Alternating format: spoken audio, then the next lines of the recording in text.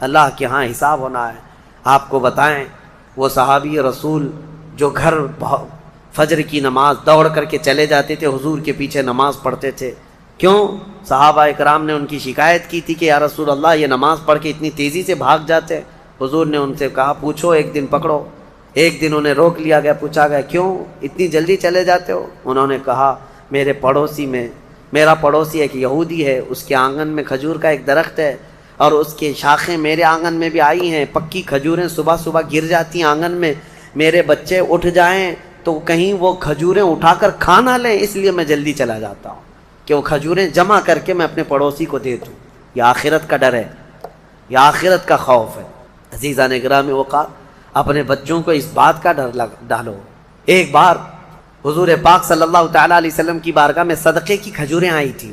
حضرت امام حسن اور امام حسین چھوٹے تھے، بہت بچپنا تھا، کھجوریں اٹھا کر کے وہ بچے کھا رہے تھے، نواسا رسول اللہ کے نواسے، کل کائنات جن کے قدموں میں۔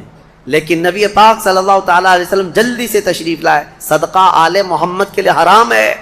انگلی حلق میں ڈال کر کے میرے آقا نے پورا نکال دیا، کہا کخ کخ، کھانسو اور کھانس کھانس کر کے نکالو۔ حدیث پاک کے الفاظ ہیں، حضرت حسنین کریمین کے حلق میں سے حضور صلی اللہ علیہ وسلم نے آخری ذرہ تک نکالا کہ تمہارے حلق میں کوئی حرام چیز نہیں جائے۔ آخرت کا ڈر تھا، یہ آخرت کا خوف ہے۔ جو چاہے چبا لے، جو چاہے بھر لے۔ اپنے بچوں کی تربیت بھی اسی انداز سے کرو کہ اللہ کے ہاں حساب ہونا ہے، اللہ کے ہاں حساب ہونا ہے۔ بچپن میں جتنا تم آخرت کا تصور اپنے بچوں میں ڈالتے جاؤ گے، جوانی میں یہ اللہ کا خوف ایسے ہی رکھیں گے۔ الحمدللہ آج مجھے فخر ہوتا ہے، کچھ نوجوان آتے ہیں اس بات کا سوال کرتے بھی ہیں کہ ان کی نوکری میں فلاں چیز ہوتی ہے، یہ میرے لیے حلال ہے یا نہیں؟ ورنہ آج کے اس پرفتن دور میں کون پوچھنے والا ہے؟ کون پوچھتا ہے؟ کیا ہمارے ڈیوٹی ایسی، ہماری جاب ایسی ہے، ہمیں بتائیں کہ یہ حلال کام کر رہا ہوں یا حرام کام کر رہا ہوں۔ اگر انہیں لگتا ہے شبہ ہے تو وہ نوکریاں بھی چھوڑ دیتے ہیں، نوکریاں بھی چھوڑ دیتے ہیں۔ ایسے بہت سارے نوجوان الحمدللہ۔ یہ ہوتا ہے آخرت کا خوف جب سوار ہو جائے ذہن میں تو اسے خود بخود یہ فکر ہی سیدھا کر دیتی ہے، کسی اور کی تقریر کی بھی ضرورت نہیں۔ آخرت کا خوف جب ذہن میں آ جائے تو اس کو خود بخود یہ چیز صحیح کر دیتی ہے۔ مجھے یاد ہے، بہت چھوٹی عمر ہوگی میری، اسکول جب جاتے، پہلی جماعت میں بھی نہیں، چھوٹی سی جماعت میں، نمازوں کی پابندی کا الحمدللہ ہمارے گھر میں بڑا اہتمام تھا۔ میرے والد گرامی عالم دین، بڑے نمازوں کی پابندی کا بہت سختی سے اہتمام کرتے۔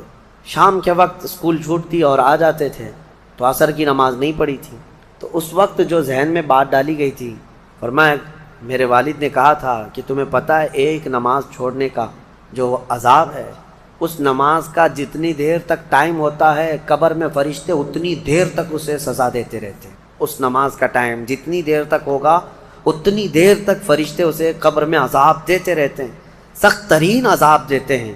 آج عمر کے اس حصے میں آ کر کے بھی وہ بات پتھر کی لکیر کی طرح بیٹھی ہوئی ہے۔ نمازوں کا وقت آتا ہے تو یہی ڈر لگتا ہے، عشاء اگر چھوٹ جا رہی ہے تو عشاء کا تو لمبا ٹائم ہے، مرنے کے بعد قبر میں اگر عشاء کا پورا ٹائم قبر میں فرشتے عذاب دینے لگ جائیں، کون برداشت؟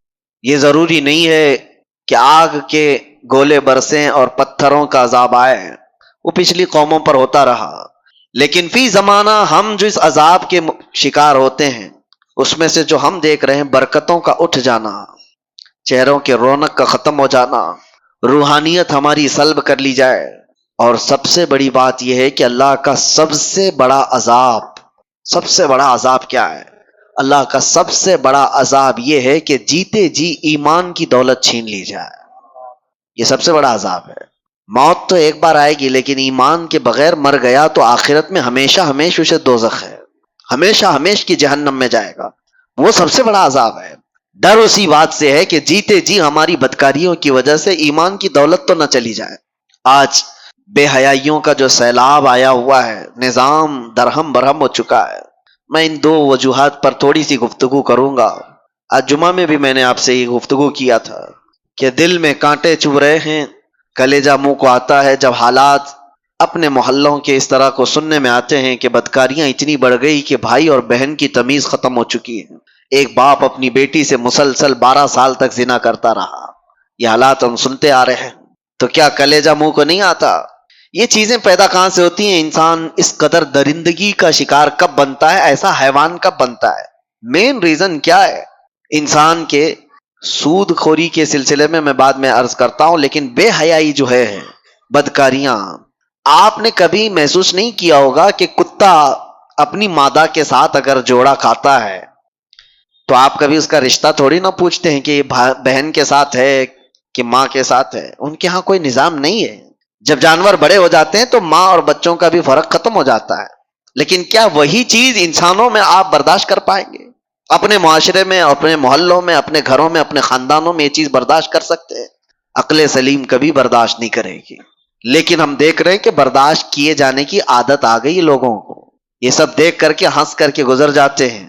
اب تو بڑے بڑے حادثات پر آپ صرف اور صرف ایک سٹیٹس دن بھر لگائیں گے، اس کے بعد ہو گیا. بڑے بڑے حادثات صرف اور صرف ایک دن کی نیوز بن کر کے ختم ہو جاتے ہیں. یہ انسان کی درندگی یہاں تک جو آتی ہے، اس کے کچھ اسباب تو ہمیں ڈھونڈنا چاہیے کہ کیوں اس طرح سے انسان بے حیا ہو گیا. سب سے پہلا ریزن ہے اس کے رزق کا، اس کے کھانے کا. گاڑی میں جیسا پیٹرول ڈالو گے ویسی ہی گاڑی چلے گی. ایک ٹنکی ہے چھت پر رکھی ہوئی ہے، اس پر جیسا پانی آپ فل کرو گے، نیچے جس ٹوٹی کو بھی کھولو گے پانی وہی آئے گا جو ٹنکی میں ہوگا. رزق حلال اگر جسم کے اندر جاتا ہے تو اس کے اعضاء سے حلال کام ہوں گے. حرام رزق کا آج اتنا دور دورہ ہو گیا ہے کہ لوگوں نے اب احتیاط کرنا بھی چھوڑ دیا. یہ جو زبان کا چسکا ہے نا، آج مسلمانوں سے میں گفتگو کر رہا ہوں، دوسروں کو مت دیکھیں آپ کون کیا کھا رہا ہے. یہ زبان کی شہوت تمہیں آزاد اتنا کر گئی ہے کہ تم ہر چیز کھانے پر تیار ہو گئے. پہلے کے دور میں لوگ بچتے تھے، نان ویج کھانا ہے، گوشت کھانا ہے تو کتنی تحقیقیں ہوتی تھی کہ کہاں سے آیا، کس کا ہے، کون دیا ہے. آج کچھ بھی نہیں. ہمارے بچوں کے سامنے تو مسئلے بھی نہیں رہ گئے. جو فاسٹ فوڈ کے ایسے عادی ہو گئے، ان کو راستہ چلتے ہوئے جو بھی شاورما ملا، پیزا ملا، برگر ملا، لے کے اس کو کھانا ہی ہے. تمہیں پتا ہے میں جانتا ہوں کئی ایسے لوگوں کو جو کہتے بھی ہیں کہ ہم مردہ مرغیوں کو بیچتے ہیں. مری ہوئی مرغیاں 10 روپے کلو میں لا کر کے اس کا وہ بنا کر کے بیچتے بھی ہیں کئی ایسے لوگ. اگر دوسری قوموں کے ہاں ذبیحہ کا مسئلہ ہی نہیں ہے تو وہ جو کھائیں ہمیں اس سے فرق نہیں پڑتا، لیکن تمہارے لیے رزق کا بہت فرق پڑتا ہے. حرام رزق کا ایک لقمہ جب کسی کے پیٹ میں جاتا ہے تو میرے عزیزوں کئی دنوں تک اس کی کوئی عبادت آسمانوں تک نہیں جاتی، اس کی دعائیں قبول نہیں ہوتی. موسیٰ علیہ السلام ایک بار کوہ طور پر جا رہے تھے، ایک بندے کو اتنا روتے ہوئے دیکھا، ہاتھ لمبے کر کر کے. اس پر آپ کو ترس آ گیا. آپ کوہ طور پر جا کر اللہ سے اس کی سفارش کرتے ہیں کہ مولا اس کی دعائیں پہلے قبول کر لے. رب تعالیٰ فرماتا ہے موسیٰ وہ مانگتے مانگتے مر جائے، ہاتھ پھیلاتے پھیلاتے آسمانوں تک بھی لائے، تب بھی میں اس کی دعا نہیں قبول کروں گا. موسیٰ علیہ السلام ڈر گئے کہ ایسا کیا گناہ کیا اس نے. تو اللہ تعالیٰ فرماتا ہے کہ اس کے پیٹ میں حرام لقمہ ہے، اس کے جسم پر حرام لباس ہے. جب تک یہ ہوگا اس کا رونا گڑ گڑانا میں نہیں دیکھوں گا. آپ کیا سمجھتے ہیں یہ ہلکا ہے؟ یہ چیز کے کنٹرول ختم ہو گیا ہے، جس کی وجہ سے یہ بے حیائیاں عام ہو گئیں، بدکاریاں پھیل گئیں، لوگ آج تمیز بھول گئے. کئی ایسے نوجوانوں کو دیکھا ہے ان کو کوئی خوف ہی نہیں رہ گیا، ڈر ہی نہیں رہ گیا. رزق کا بہت بڑا اثر ہے میرے عزیزوں. سب سے پہلے اس پر کنٹرول کرو، اپنے کھانے پینے پر حلال کی طرف توجہ کرو، ورنہ یہ حرام چیز کے متعلق میرے آقا صلی اللہ علیہ وسلم فرماتے ہیں جو پیٹ حرام لقمہ بھرتا ہے اس کے لیے سب سے زیادہ بہتر ہے کہ جہنم کی آگ ہی اس کے پیٹ میں بھری جائے گی. وہ زیادہ مناسب یہی ہے کہ وہ جہنم کی آگ اس کے پیٹ میں بھری جائے گی. لوگ آج بزنس میں بھی، تجارت میں بھی یہ دیکھنا بھی چھوڑ دیے کہ پیسہ کہاں سے آ رہا ہے. لو دبا لو، ساری چیزیں دبا کر رکھو. کس کا مال کتنا ہڑپ لیا، کس کا حق دبا کر کے رکھ لیے، سب حرام ہے. رزق حرام کے ذریعے. صرف یہ نہیں ہے کہ آپ ذبیحہ دیکھ رہے ہیں مسلمان نے ذبح کیا ہے وہی گوشت آنا چاہیے. ارے کسی کا دبا کر کے ایک درہم بھی رکھا ہے وہ حرام ہے. دھوکہ دے کر کے کمائی ہوئی چیزیں حرام ہے. امام اعظم ابو حنیفہ رحمۃ اللہ تعالی علیہ کپڑے کے بڑے تاجر تھے. ایک بار ان کی کپڑے کی دکان میں ایک تھان میں عیب والا کپڑا آیا تھا، تھوڑا سا کچھ داغ تھا. خادم سے بتایا تھا کہ بیچنا تو یہ گراہک کو بتا کر کے بیچنا کہ اس میں عیب ہے. امام اعظم ابو حنیفہ چھوٹے موٹے تاجر نہیں تھے، بہت بڑے تاجر تھے. شام کو ان کا خادم آیا. اس دن جانتے ہو تقریباً 4 لاکھ درہم کی تجارت ہوئی تھی. سب سے پہلے آپ نے سوال کیا کیا وہ عیب والا جو کپڑا تھا وہ تھان بک گیا؟ اس خادم نے کہا بک گیا، وہ تو صبح ہی بک گیا. کہا بتایا تھا؟ کہا ارے میں بھول گیا تھا. امام اعظم نے کہا کہ یہ 4 لاکھ پورے کے پورے بانٹ دو، اس میں کا 1 روپیہ بھی میرے لیے حلال نہیں ہے. میرے عزیزو، یہ ائمہ اعظام تھے جنہوں نے شک والی چیز کو بھی اپنے گھر آنے نہیں دیا. شک والی چیز بھی. میں پڑھ رہا تھا اس سے قبل ایک بات، شاید آپ کے سامنے میں نے اس کو شیئر کیا ہے، بیان کیا ہے. بغداد کے ایک بہت بڑے عالم دین تھے، بڑے بڑے علماء کو پڑھایا کرتے تھے. ان کی مجلس لگی ہوئی تھی، بچے باہر کھیل رہے تھے، بچوں کی گیند اڑ کر کے یہ علماء کی محفل میں آ کر گر گئی. سب بچے ڈر گئے. ظاہر سی بات ہے، بچوں میں جو ادب اور تمیز ہوتی ہے نا، اس کا بھی بہت بڑا اثر ہوتا ہے. بڑوں کی مجلس میں جانے سے بچے ڈر گئے. بڑے بڑے علماء بیٹھے ہوئے، کون گیند لے کر کے آئے گا؟ ایک بچہ اس میں کہتا ہے کہ میں لے کر کے آ جاتا ہوں. وہ بغیر خوف کیے ڈرے ہوئے سارے علماء کی گردنوں پر پھلانتے ہوئے ادھر ادھر پیر رکھتے ہوئے مجلس میں آیا اور بڑی بے حرمتی سے وہ گیند لے کر کے چلا گیا. وہ جو علماء کی مجلس تھی وہ چھوٹے عام لوگ نہیں تھے، وہ اولیاء وقت تھے. انہوں نے دیکھا اس بچے کو غور سے، وہ بچہ کوئی اور نہیں، جو استاد پڑھانے کے لیے بیٹھے ہوئے تھے ان کا ہی بیٹا تھا، جو سب سے بڑے عالم دین تھے ان کا بیٹا تھا. سب کی گردنیں جھک گئیں کہ اس بڑے گھر کا بچہ ایسی کیسی حرکت کر سکتا ہے. وہ جو بزرگ تھے وہ سر جھکا لیتے ہیں، کہتے ہیں اس کا قصور نہیں. بات در حقیقت یہ ہے کہ جب ہماری شادی ہوئی اور ہم گھر آئے تو ہم 3 دن سے فاقہ میں تھے، گھر میں کھانے کو کوئی چیز نہیں تھی. میں اور میری بیوی فاقہ کر رہے تھے. تیسرے دن ہمارے پڑوس سے ایک بھنے ہوئے گوشت کی تھالی آئی، بہت عمدہ غذا ہمارے پاس تحفے میں آئی. بھوک اتنی لگی تھی کہ ہم نے پوچھا بھی نہیں وہ کہاں سے آیا، کیا کھا لیا. پیٹ بھر کر ہم دونوں نے کھا لیا اور اس کے بعد پھر ہم نے ملاقات کی. اس رات اس کا حمل ٹھہرا اور اسی سے یہ بچہ پیدا ہوا. اور وہ بزرگ کہتے ہیں مجھے یہ لگتا ہے کہ وہ مشکوک کھانا تھا، یہ بھی نہیں پکا کہ حرام تھا، شک تھا، پتہ نہیں حلال ہے بھی کہ نہیں. میں نے پوچھا نہیں تھا، کھا لیا. اور مجھے لگتا ہے اس کھانے کا، اس رزق کا اثر ہے کہ بچہ میرا بے ادب پیدا ہوا ہے. نسلوں پر بھی اس کا فرق پڑتا ہے. وہ اولاد جو آج بہن اور ماں میں فرق نہیں محسوس کر پا رہی ہے، تو آپ سوچو کہ کہیں یہ حلال ہے کہ نہیں ہے، یہ بچے حلال طریقے سے پیدا ہوئے ہیں کہ نہیں پیدا ہوئے. جو حلال نسل ہوتی ہے اس کے اندر ادب و تمیز لحاظ ہوا کرتا ہے. بچوں کو پہلے ایسی پرکھا جاتا تھا، خاندان کون سا ہے یہ بھی بچوں کے اخلاق و آداب سے سمجھ میں آتا تھا، بچوں کے بولنے کے انداز سے سمجھ میں آتا تھا کہ خاندانی ہے یا نہیں ہے. آج وہ ساری چیزیں ختم ہو گئی، سارے کے سارے ویسے ہی ہیں. بات کرو تو گالی کے لہجے سے بات کرو. چھوٹے چھوٹے سے بچوں کو سنا ہے کہ ماں بہنوں کی گالیاں دیتے ہیں. یہ کہاں سے ان کے اندر یہ چیزیں آئیں؟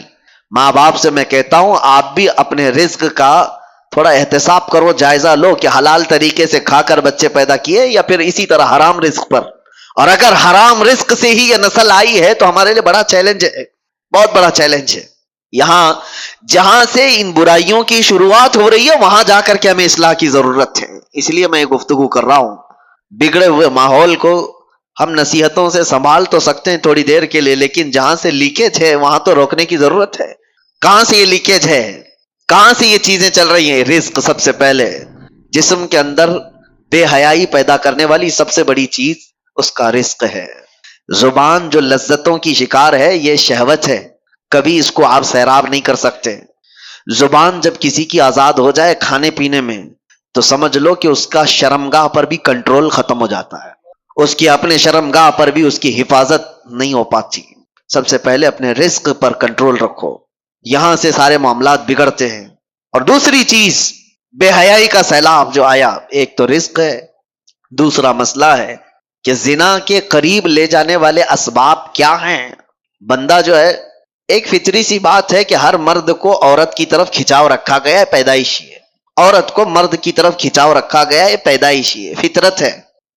سب انسانوں میں یہ چیز موجود ہے. لیکن اس فطرت سے بھی بڑھ کر کے آدمی کب آتا ہے؟ اپنی ماں سے اگر کوئی بدکاری کر لے، بہن سے کر لے، بیٹی سے کر لے، تو یہ فطرت سے بھی بڑھ کر کے آدمی نے کر لیا، انسانیت بھی بھلا دیا. یہ کب ہوتا ہے؟ جب زنا کو آدمی ہلکے میں محسوس کرنے لگ جائے کہ یہ کوئی چیز ہی نہیں ہے، کامن ہے، تو پھر اس کے سامنے ماں بیٹی بہن بھی کوئی چیز ہی نہیں رہتی، سب چیزیں کامن ہو جاتی ہیں، نارمل ہو جاتی ہیں. یہاں پر آ کر روک کہاں لگانی چاہیے؟ اپنی آنکھوں کی حفاظت کرو. تمہاری آنکھیں جتنی آوارہ ہوں گی اتنا تمہارا جسم بدماش ہوتا چلا جائے گا. ساری بے حیائی، ساری سب کچھ یہ آنکھوں سے شروعات ہوتی ہے. اسی لیے قرآن پاک نے مومنوں کو سب سے پہلے کس چیز پر روکا؟ رب تعالیٰ فرماتا ہے وَقُلْ لِلْمُؤْمِنِينَ يَغُضُّوا مِنْ أَبْصَارِهِمْ، اے محبوب، اے میرے رسول، ایمان والوں سے کہیں کہ وہ اپنی نظریں نیچی رکھیں. وَقُلْ لِلْمُؤْمِنَاتِ يَغْضُضْنَ مِنْ أَبْصَارِهِنْ، اور عورتوں کو تھوڑا سا زیادہ حکم دیا گیا ہے. مردوں کو اپنی نظریں نیچی رکھنے کا، اور عورتوں کو تھوڑا اور زیادہ حکم کیا ہے؟ اے رسول، اے محبوب، آپ عورتوں سے، ایمان والی عورتوں سے کہیں کہ وہ اپنی نظریں نیچی رکھیں. دوسرا آگے کا حکم کیا ہے؟ وَلَا يُبْدِينَ زِينَتَهُنَّ، اپنی زینت کو دوسروں کے سامنے ظاہر نہ کریں. جانتے ہیں آپ، عورت کو نرم لہجے میں بات کرنا بھی جائز نہیں. آپ سوچ رہے ہوں گے تعجب ہے یہ، اسلام تو سکھاتا ہے نرم لہجے میں بات کرنا. یہ اخلاق میں سے ہے کہ نہیں؟ اچھے نرم لہجے میں بات کرو کسی سے، لیکن عورت کو کہا گیا ہے نرم لہجے میں بات کرنا. وہاں تو شیطان آ جائے گا. مرد تو چاہتا ہی ہے کہ اس کی نرم گفتگو سنے. مرد کو شہوت اسی وقت بڑھتی ہے جب عورت کی وہ نسوانی آواز سنتا ہے، اس میں شہوت چھپی ہوئی ہے. عورت کو کہا گیا ہے کہ وہ نرم لہجے میں بات نہ کرے. عورتوں کو اس کا حکم کیوں دیا گیا؟ ہاں، کسی بھی اجنبی مرد سے عورت کو بات کرنے کی نوبت آ گئی تو وہ کڑک لہجے میں بات کرے، سخت لہجے میں ہی بات کرے، تاکہ وہ مرد تمہاری طرف یہ نہ سمجھے کہ یہ اشارے دے رہی ہے. نرم بات کرتے ہوئے مردوں کو تو یہی گمان ہونے لگ جاتا ہے کہ یہ مجھے راستہ دے رہی ہے، اشارہ دے رہی ہے. کڑک لہجے میں عورت بات کرے تاکہ اس کے وہم و گمان میں بھی بات نہ آئے. عورتوں کو یہ حکم دیا گیا کہ وہ اپنی زینت کا اظہار نہ کرے. زینت کا اظہار کس کو کہتے ہیں؟ یہ تو آج بولنا ہی مشکل ہو گیا ہے. اللہ کے نبی صلی اللہ تعالی علیہ وسلم نے ارشاد فرمایا اپنے صحابہ سے کہ ایک وقت ایسا آئے گا تم دیکھو گے عورتیں کپڑا پہن کر کے بھی ننگی ہوا کریں گی. حضور پاک صلی اللہ علیہ وسلم نے فرمایا ان پر اللہ کی لعنت اور سارے فرشتوں کی لعنت. میرے آقا فرماتے ہیں وہ کون سی عورتیں ہیں؟ تنگ و تاریک لباس پہننے والی، چست لباس پہننے والی، چپکا ہوا بدن سے جس سے اس کے سارے اعضاء ظاہر ہوتے ہوں ایسا لباس پہننے والی. ان کے تو برقعے ہی کیسے ہو گئے؟ اب وہ تو زینت کے لیے ہو گئے. پہلے تو سنا جاتا تھا کہ نقاب جو ہوتا ہے، وہ حجاب جو ہوتا ہے عورت کو چھپانے کے لیے ہوتا ہے. اب تو حجاب اور نقاب ساری چیزیں دکھانے کے لیے ہوتی ہیں، اس میں بھی زینت کا اظہار ہے. حکم یہ تھا کہ باہر سے اگر کسی کی نظر پڑ جائے تو مرد یہ پہچاننے سے عاجز ہو جائے کہ یہ جوان عورت ہے کہ بوڑھی عورت ہے، اسے یہ پہچاننے کی تمیز بھی نہ رہے. اس طرح سے وہ عورت کو حجاب کا حکم تھا. لیکن عورتیں آج کپڑا پہن کے بھی ننگی ہیں. یہ زنا کے عام ہونے کے اسباب ہیں. جب اس طرح کی حرکتیں ہوں گی تو گھر محفوظ نہیں رہیں گے، کسی کے گھر محفوظ نہیں رہیں گے. نوجوانوں سے ہم تاکید تو کر سکتے ہیں کہ بیٹا آپ اپنی نظریں نیچی رکھو، اپنی حیا کا قتل مت کرو. ہم آپ سے یہ کہہ تو سکتے ہیں کہ آپ اپنے آپ کو کنٹرول میں رکھو. لیکن ان عورتوں کا کیا جو خود ہی ننگی باہر آ جائیں؟ ایک نوجوان کہاں تک اپنے آپ کو سنبھالے گا، کہاں تک برداشت کرے گا؟ کیا اس میں ان عورتوں نے بڑا کردار نہیں ادا کیا ہے کہ بے حیائی کو پھیلانے میں، بچوں کے اخلاق کو بگاڑنے میں ان عورتوں کا کردار نہیں ہے؟ بہت بڑا کردار ہے. ہم دنیا بھر کی عورتوں کو کچھ کہنے جائیں تو ہمیں اپ ٹون مارا جائے گا کہ عورتوں کے حقوق کا قاتل ہے، یہ عورتوں کی آزادی کے خلاف ہے یہ مولانا لوگ. دیکھو پورے جھنڈ کے جھنڈ حملہ کرنے لگ جاتی ہیں عورتیں. کوئی ایک بھی اگر ان کے لباس پر بات کرے تو ان کو ایسا لگتا ہے کہ سب کے سب حملہ آور ہو جائیں گی. عورتوں پر ہی بولتے ہو، مردوں کو نہیں بولتے.